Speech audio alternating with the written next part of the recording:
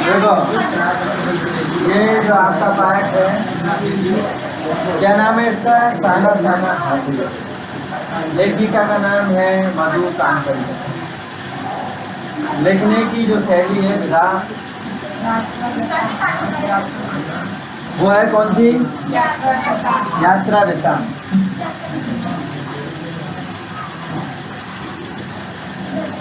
देखिए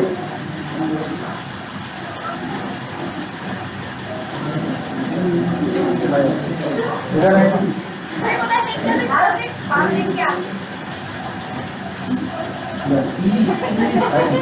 तो सही है।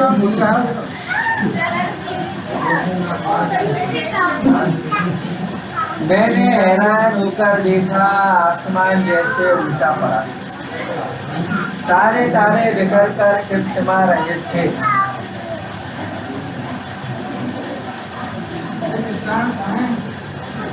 दूर ढलान लेती तराई पर सितारों के गुच्छे रोशनियों के जाला बना रहे। क्या तब है? वह रात में जगजगमाता गैंगटॉक शहर था।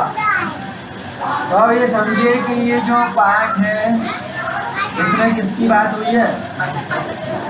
सिक्किम की राजधानी गैंगटॉक।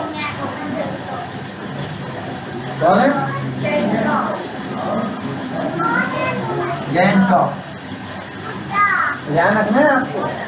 इसमें कहीं से भी पूछा गया ये क्या है?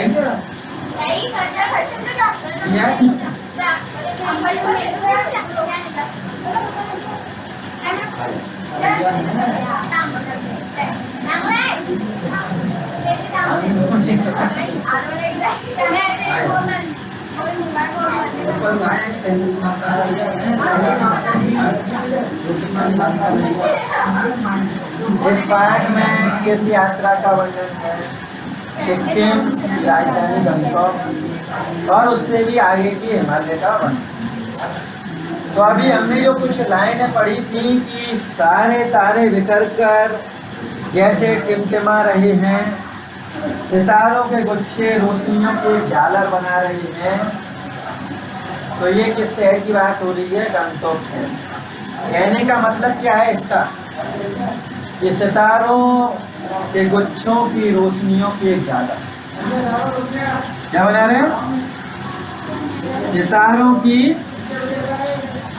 गुच्छों की क्या बना रहे हैं? एक झालर, झल्लर।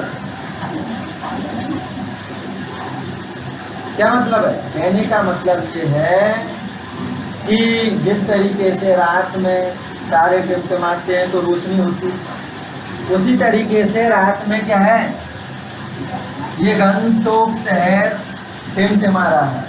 कहने का मतलब वहाँ पर दिन और रात काम करते रहते हैं लोग।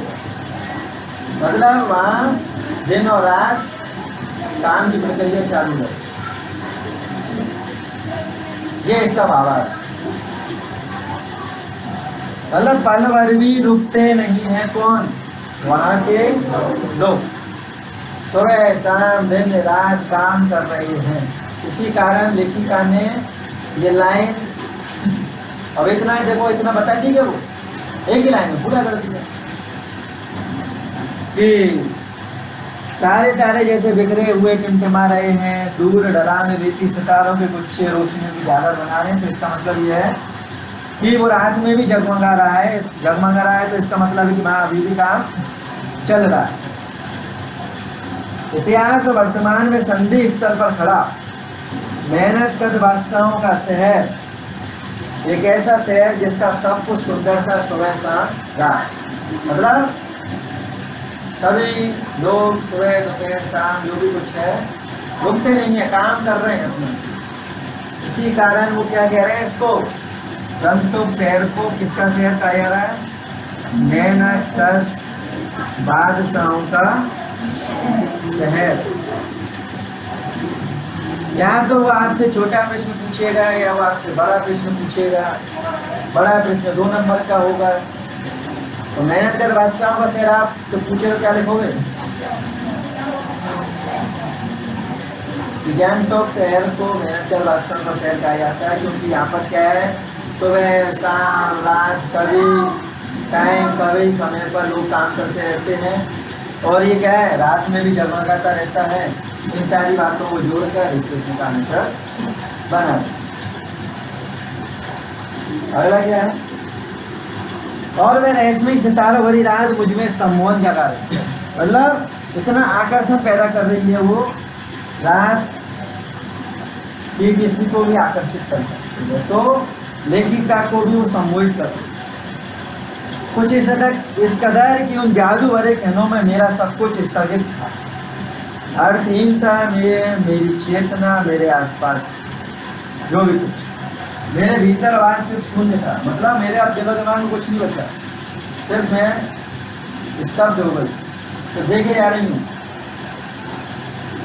इसको सिक्किम के शहर, और थी अति इंद्रिया में डूबी रोशनी की वह जादुई चालक, मतलब वो प्रकाश में इतना सुंदर लग रहा था। वो भी पहाड़ी इलाका है, और पहाड़ी इलाका ऐसा दिखेगा तो कितना अच्छा लगेगा। इस कारण उसको ये चीजें वो स्तब्ध हो गई।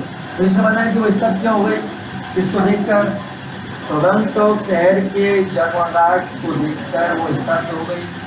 और स्तब्ध कैसे हुई, उसके बाहर भीतर कुछ नहीं बचा, रंगीन हो गई। तो ये सब चीजें आपको क्या है, याद होनी चाहिए।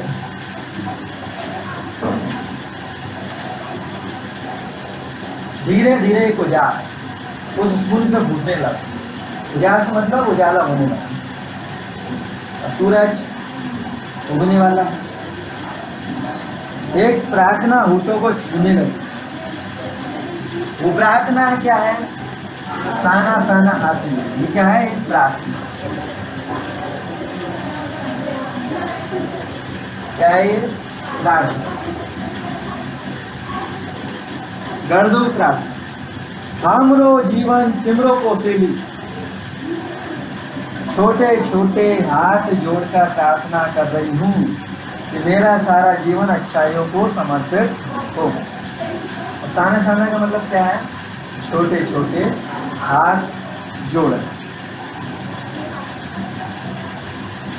उसका क्या अर्थ है, साना साना हाथ जोड़ने का, छोटे छोटे हाथों से प्रार्थना हो रही है भगवान की कि मेरा सारा जीवन अच्छाइयों को समर्पित हो। और ये प्रार्थना कहाँ से सीखी, लेखिका ने एक नेपाली युक्ति से, एक नेपाली युक्ति से। अब यही प्रश्न बनते हैं छोटे छोटे जो दिख रहे हैं। इसको देखकर वो स्तब्ध रह गई। कौन जगमगा रहा था, मेहनत बादशाह का शहर कौन था, साना साना हाथ जोड़ी क्या है, ये किस शैली में लिखा गया, किस युक्ति से सीखी। छोटे और बड़े प्रश्न बनते, जो ढंग से याद करेगा वो उसके लिए फायदेमंद, नहीं तो फिर वही पासबुक लेके बैठे रहोगे, वही 60-50 प्रश्नों को याद करोगे, छोटे छोटों को, फिर 15 प्रश्नों को बड़े बड़े को याद करोगे। 5 दिन जाएंगे, 7 दिन जाएंगे, एक दिन में पाठ याद है। पाठ याद करना है बस, आपकी सारी मुश्किल हिंदी वाली को पता। सुबह हमें युमथांग के लिए निकल पड़ना था। तो प्रश्न बना कि लेखिका सबसे पहले कहाँ गई,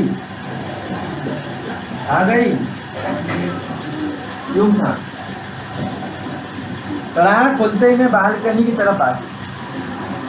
प्रश्न माना है कि वो सबसे पहले कहाँ पर गई, बालकनी। तो बालकनी से उसने किसको देखा, लेखिका सबसे पहले उठकर कहाँ गई, बालकनी। और बालकनी से उसने क्या देखा, कंचन जंगा। क्या है ये कंचन जंगा, क्या है, हिमालय की तीसरी सबसे बड़ी चोटी। हिमालय की तीसरी सबसे बड़ी चोटी। ये किसने देखी, कहाँ से देखी, बालकनी से। तो पहले नंबर की चोटी कौन सी है?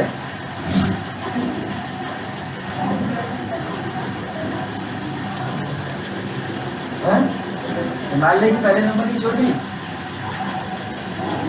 ये तुम पढ़ रहे हो, कौन सी है?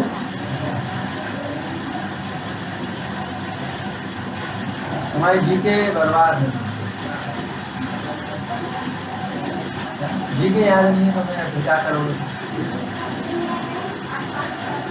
या तुम साइंस पढ़ो या मैथ पढ़ो, जीके पढ़नी पड़ो, याद ही नहीं है। ये हिमालय की पहली नंबर की है माउंट एवरेस्ट। भाई बोलने से क्या हुआ, धीरे धीरे बोलोगे तो हमको समझ में आएगी। वह तो जोशीला आदमी चाहिए यहाँ जोर से बोलने वाला। दूसरे नंबर की है K2 गॉडविन ऑस्ट्रेल। और ये क्या है कि पाकिस्तान अधिकृत है, इंडिया की लेकिन पाकिस्तान। हमारी बड़ी चोटी कौन सी बनी लेकिन है ये समझ लगती है वो कोई टेंशन, लेकिन जो भी चमक रही है ना, टेंशन माने क्या होता है? चमक, नाम रख दिया। क्योंकि जो भी कोई टूरिस्ट कोई पर्वतारोही वहाँ गया तो वहाँ पर देखा तो उसी के नाम पर क्या रख दिया है, और नाम वैसे रखा जाता है किसी स्थान का नाम, किसी नदी का नाम, किसी पर्वत का नाम। तो आज समझ में आ गई। सबसे पहले वो कहाँ जाना चाहती थी? युमथा।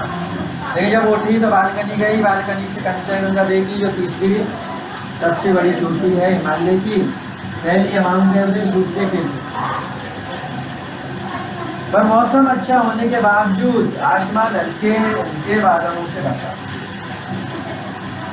पिछले वर्ष की तरह इस बार भी बादलों के कपाट ठाकुर जी की कपाट की तरह बन गए। कंचनजंगा न दिखनी की न दिखी, देखने के लिए गई लेकिन दिखी नहीं। क्यों? बदल इतने हो रहे थे कि वो देख नहीं सकते।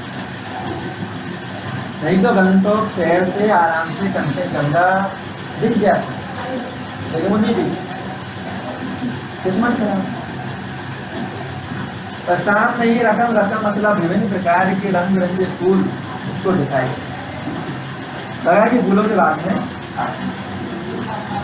बहरहाल गैंगटॉक से 149 किलोमीटर की दूरी। कहाँ से था? गैंगटॉक से इसकी दूरी कितनी है? 149। ये छोटे छोटे प्रश्न जिनको तुम पासबुक के सारे याद करने की सोच रही हो वो ये रहे।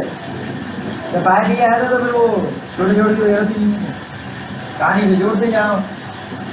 लेखिका सबसे पहले गंगटोक शहर में गई, वहाँ उसने उसको क्या देखा? तारों की तरह टिमटिमा रहे हैं, सितारों की गुच्छों के झालर सी बना रहे हैं। मेहनत का बादशाहों का शहर कहा जाता है इसको, क्योंकि सुबह शाम दिन रात ही लोग काम कर रहे हैं। और लेखिका इसको देखकर स्तब्ध रह गई। अर्धहीन शून्य भाव कुछ नहीं। उसको सबसे पहले यूमथांग जाना था जिसकी दूरी 149 किलोमीटर है यहाँ से। और वो बालकनी में गई कंचनजंगा देखने, लेकिन दिखी नहीं, इसी जगह बड़ी छोटी थी। ये याद होना चाहिए, जोड़ लो। तो तुम लोग क्या कर रहे हो? सोच लो बाद में, जो बात का बात है करते रहना। युमथांग यानी घाटियां। युमथांग का मतलब घाटी। यही प्रश्न है आपको, क्या है युमथांग? घाटियां पूछ लिया है वैसे में कि बताओ युमथांग क्या है? घाटियां है, पर्वत है, पठार है, नदी है, क्या है? सारे रास्ते हिमालय की गहनतम घाटियां और फूलों से लदी वादियां मिलेंगी। आपको ड्राइवर कम गाइड जितेंद्र नागरे मुझे बता रहा। और जिस युमथांग गई। और एक ड्राइवर था, उसके संगी तो जाएगी। अब ड्राइवर भी क्या था, गाइड भी था। क्या नाम था उसका, जितेन नाग।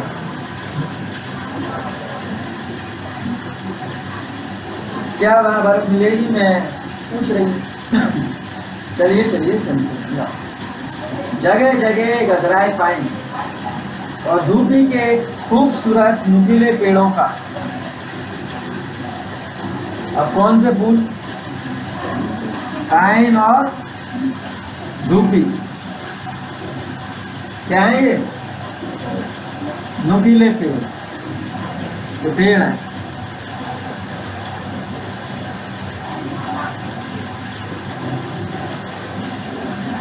हम आगे बढ़े। हमें सफेद बौद्ध पताकाएं देखने को मिली। जब वो आगे बढ़े तो क्या मिली उनको, सफेद बौद्ध पताकाएं। क्या होती है सफेद बौद्ध पताका, पूछ लेगा आपसे, क्या होती है बताओ।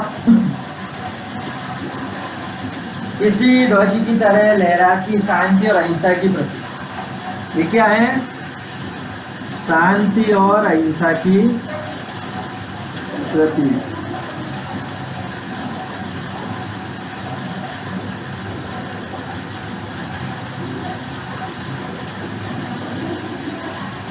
इन पर क्या लिखे हुए हैं, मन।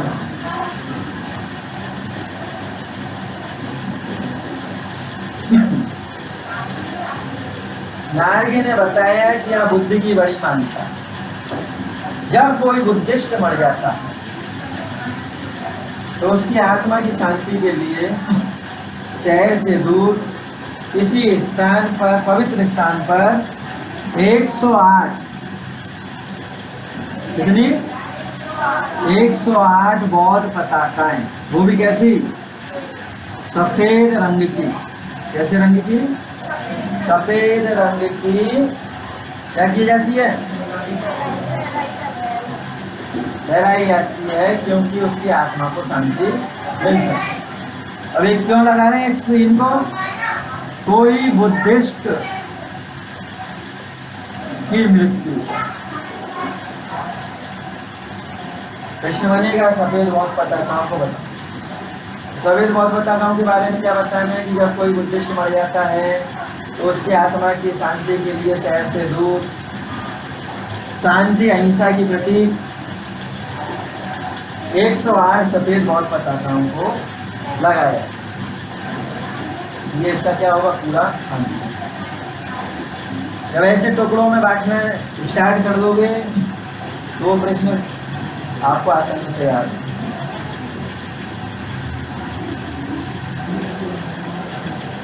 कह दी जाती है नहीं, इन्हें उतारा नहीं जाता। फिर वो पूछा उसने कि क्या इसको उतार देते बाद में, तो कह रहे नहीं उतारते, धीरे धीरे जब हवाएं चलती हैं तो ये अपने आप ही क्या हो जाती हैं, नष्ट हो जाती है। कई बार किसी नए कार्य के शुरुआत में भी पताकाएं लगा दिया, लेकिन जो नई कार्य की शुरुआत होगी, नए कार्य की शुरुआत, जब नए कार्य की शुरुआत होगी तो कौन सी पताकाएं लगेंगी, रंगीन पताका। समझ में आ गई बात। सफेद किसी मौत पर लगेगी और नए काम की शुरुआत के लिए क्या होगा, रंगीन पताकाएं लगाई। नारगे बोलता जा रहा था, मेरी नजर उस जीप में लगी दलाई लामा की तस्वीर पर पड़ी। तो प्रश्न बना कि जितेन नारगे जो जीप चला रहा था उसकी जीप में तस्वीर थी किसकी, दलाई लामा। अभी कहाँ का है दलाई लामा, तिब्बत का। तिब्बत का एक बौद्ध भिक्षु है, उसको क्या कहते हैं, दलाई लामा। कई दुकानों पर मैंने ये दलाई लामा वाली तस्वीर देखी। हिचकोले खाते खाते हमारी जीभ थोड़ी आगे बढ़ी। अपनी लुभावनी हंसी बिखेरते हुए जितेंद्र का इस जगह का नाम है कबीलों स्टॉप। जब वो आगे बढ़े तो उनको एक जगह मिली, उसका नाम क्या था? कबीलों स्टॉप। क्या नाम था? कबीलों स्टॉप। जब वो आगे बढ़े तो जितेंद्र ने बताया कि इस कबीलों स्टॉप में एक फिल्म की शूटिंग हुई। उस फिल्म का नाम है गाय। अच्छी फिल्म थी, देखी होगी।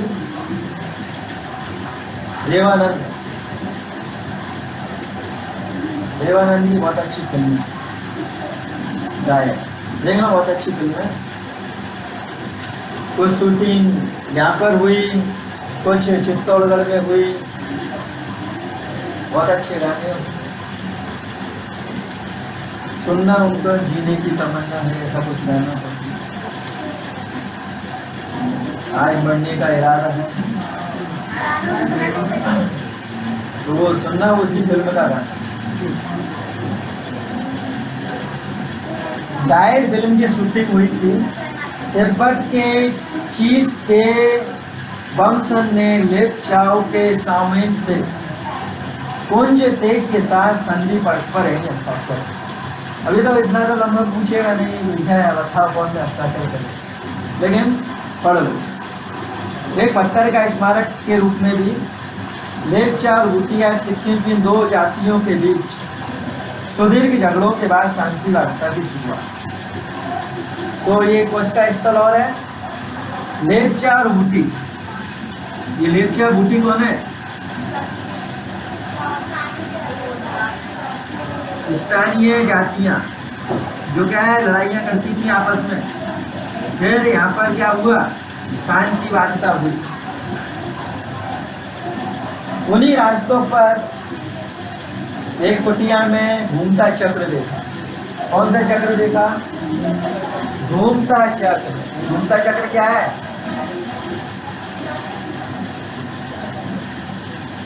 Prayer wheel. कौन सा व्हील? क्या होता है प्रेयर व्हील? इसको घुमाने से ये धर्म चक्र है, और इसको घुमाने से सारे पाप नष्ट हो जाते हैं, सारे पाप धुल जाते हैं। तो इतनी सारी चीजें हैं, अब इनको तुम पढ़ोगे तो